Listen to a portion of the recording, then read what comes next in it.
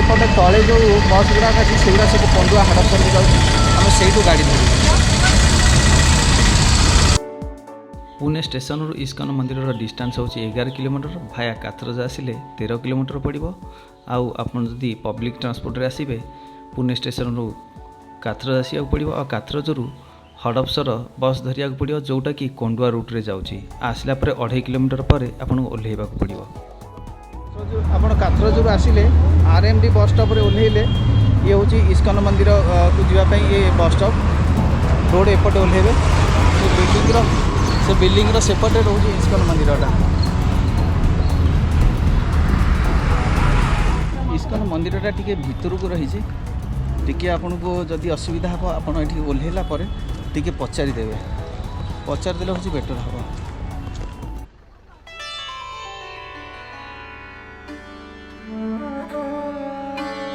बाहरटारे आप गाड़ी पार्किंग करेंगे आगे भी भितर भी पार्किंग जगह अच्छे सेटा किंतु पे एंड पार्क पे करेंगे पार्क करेंगे। इस्कन फुल फॉर्म है international society for Krishna consciousness. मंदिर भितर एंट्री करेंगे बाहर बैग फैग चेक कर मेल गोटे लाइन जाती फीमेल गोटे लाइन।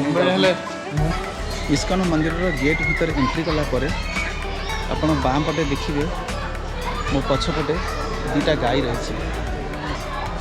ये जो गाई दीटी रही नॉर्मली जहाँ देखिए ग्रह दोष कि किसी दोष थी गोमाता को पूजा करती से पुणे जहाँ किसी दोष था ये आसिक से गोमाता को पूजा करके जाती।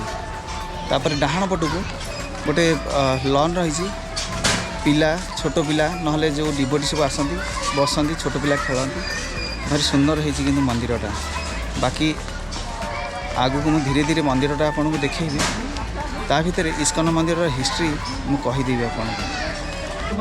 ये जो गाई रोचंदी ता साइड को गोटे सुंदर रजनीगंधा बगीचा रही आपण मैंने देखी पड़े।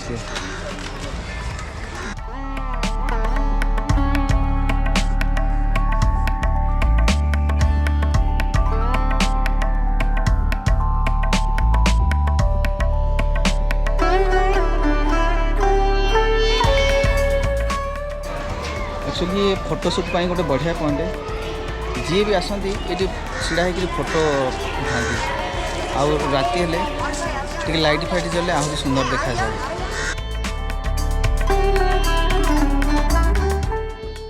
मो पछरे जो छोटिया बिल्डिंगटा देखा ये हूँ बृंदा देवी इनफॉरमेशन सेंटर। आपन को जेकोसी इस्कन मंदिर इनफॉरमेशन दरकार आपन आसिले पूछताछ कले से इनफॉरमेशन देदेवे। से पछपटे जो बड़ बिल्डिंग देखा सी हूँ इस्कन जिते डिवोटी सब रोचे जो मैंने लाइफ टाइम मेंबरशिप नियंती कौन 4 लाख ना ये किसी गोटे चार्ज अच्छी देलापर से जो लाइफ टाइम डिवोटी होती से इस्कन मंदिर जो अच्छी ये आश्रम थाए चाहिए से आप आसिक रहीपर आ प्रभु सेवा करेंगे। ये पछपटे जो छोटिया मंदिर देखा ये हूँ तुलसी देवी मंदिर। ये तुलसी देवी मंदिर साइड की गोटे सुंदर गोला बगीचा अच्छी आपड़ देखिपे ता सेपट को गोटे जोता रखापी जोता स्टैंड अच्छी आपड़ निजे आसपे सामने बैग रही बैग पूरेकी देदेला से आपको गोटे टोकन नंबर देवे टोकन जिते रिटर्न करेंगे तापर से जोता फेर जोता स्टैंडटा मंदिर सामने अच्छी ता पाखक टैप लगी देखिए टैप रे आप गोड़ हाथ धोइबे परिष्कार है सेपटे मंदिर रही मंदिर को चढ़े आ मंदिर चढ़ापी पहाच भी रही सेपटे देखिपे सेपटे लिफ्ट भी अच्छी आप चाहिए लिफ्ट रे भी जापर। एक्चुअली भितर को बर्तमान जी भितर निज सहित फोटो नहीं पारे किंतु मंदिर जिते भीतर फोटो नेले किसी असुविधा ना।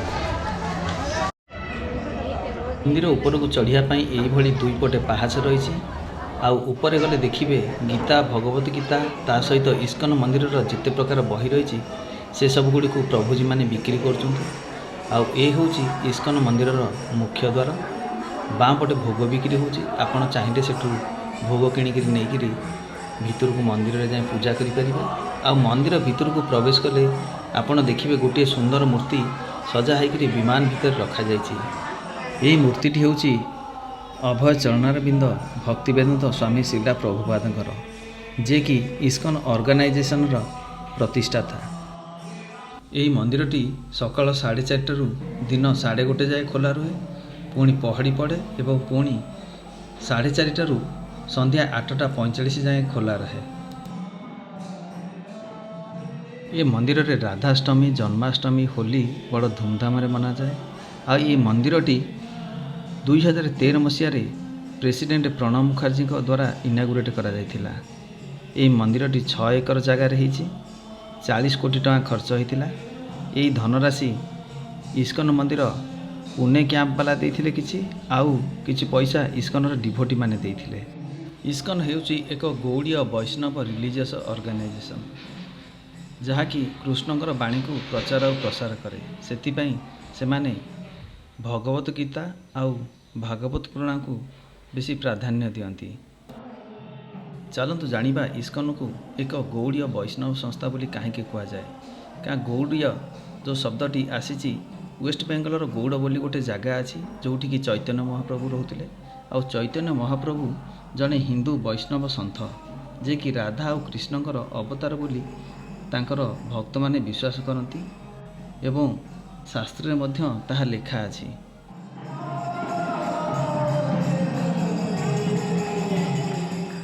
ଚୈତନ୍ୟ ମହାପ୍ରଭୁ ଏହି ଗୌଡ଼ୀୟ ବୈଷ୍ଣବ ସଂସ୍ଥାର ଜଣେ ଧର୍ମଗୁରୁ ଥିଲେ।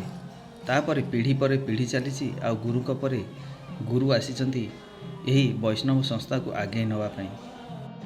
ବିଂଶ ଶତାବ୍ଦୀ ବେଳକୁ ଜଣେ ଗୁରୁ ଥିଲେ ଭକ୍ତି ସିଦ୍ଧାନ୍ତ ସରସ୍ୱତୀ, ଯିଏକି 64ଟି ଗୌଡ଼ୀୟ ମଠ ଖୋଲିଥିଲେ। ଆଉ ସେ ମଠରେ ଯୁବକମାନଙ୍କୁ ପ୍ରେରଣା ଦେଉଥିଲେ କି ବେଦ ଆଉ ପୁରାଣର ଜ୍ଞାନ ପାଶ୍ଚାତ୍ୟ ଦେଶରେ ପ୍ରଚାର କରିବା ପାଇଁ।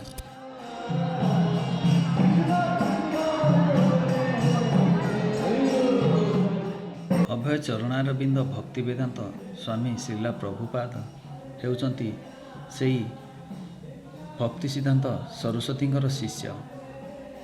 ଏ ହେଉଛି ମନ୍ଦିରର ଦୃଶ୍ୟ।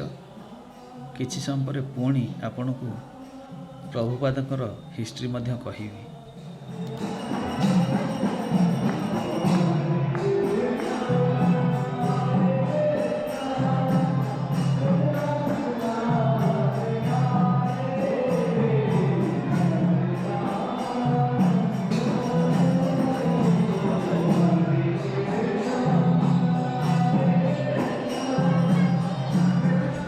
पिंटू और रोनी की इस्कन मंदिर देखईदेली।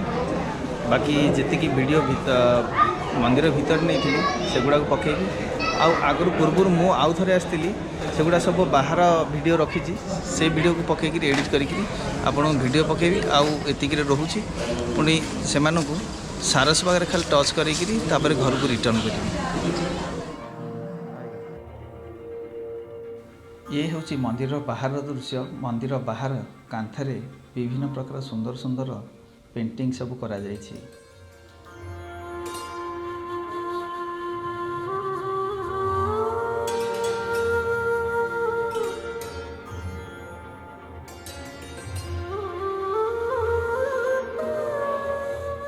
प्रभुपादଙ୍କର प्रथमे ना थिला अभय चरण दे, जे कि 1896 मसीहा सेप्टेम्बर 1 तारिख रे एक बणिया फैमिली रे जन्म नहीं कालकाटा रे। से एक स्कॉटिश चर्च रे तांकर एजुकेशन कंप्लीट करथिले, तेणु से इंग्लिश रे तेज थिले। एजुकेशन सरिला परे से एक फार्मास्यूटिकल कंपनी रे काम करथिले। आउ सेते बेले देखा हैतिला तांकर गुरुଙ୍କ सहित।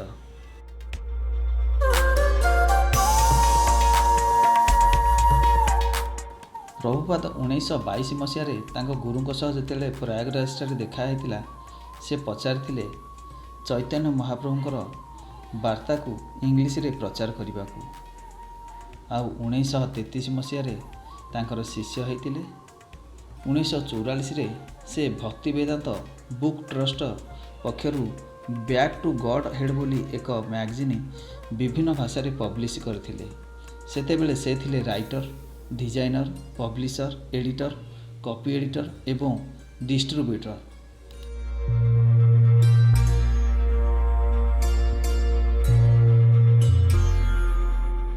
1947 ମସିହାରେ ଗୌଡ଼ୀୟ ବୈଷ୍ଣବ ସୋସାଇଟି ତାଙ୍କୁ ଭକ୍ତି ବେଦାନ୍ତ ଉପାଧି ଦେଇଥିଲେ ଆଉ ପଛରେ ଇସ୍କନ ତରଫରୁ ତାଙ୍କୁ ପ୍ରଭୁପାଦ ଉପାଧି ଦେଇଥିଲେ।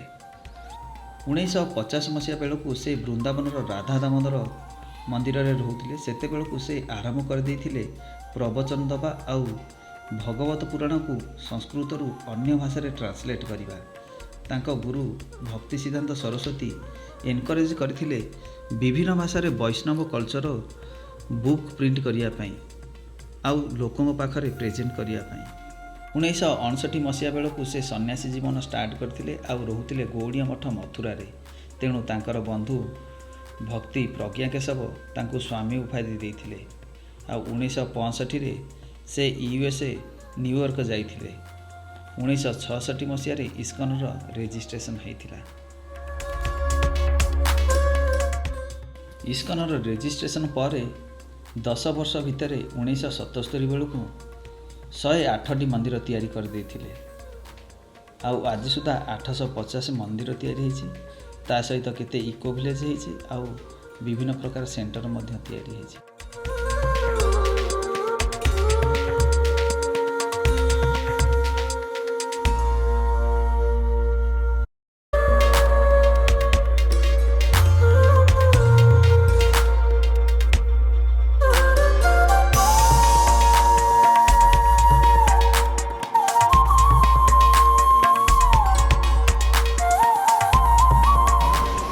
ये ହେଉଛି ଇସ୍କନ ମନ୍ଦିରର ବାଲକୋନିରୁ ଦେଖିଲେ ମନ୍ଦିର ସାମ୍ନାର ଦୃଶ୍ୟ। ଆଉ ତାପରେ ଆମେ ଯାଇଥିଲୁ ଇସ୍କନ ମନ୍ଦିର ପଛପଟେ ଆଉ ଗୋଟେ ମନ୍ଦିର ଅଛି ବାଲାଜୀଙ୍କ ମନ୍ଦିରକୁ।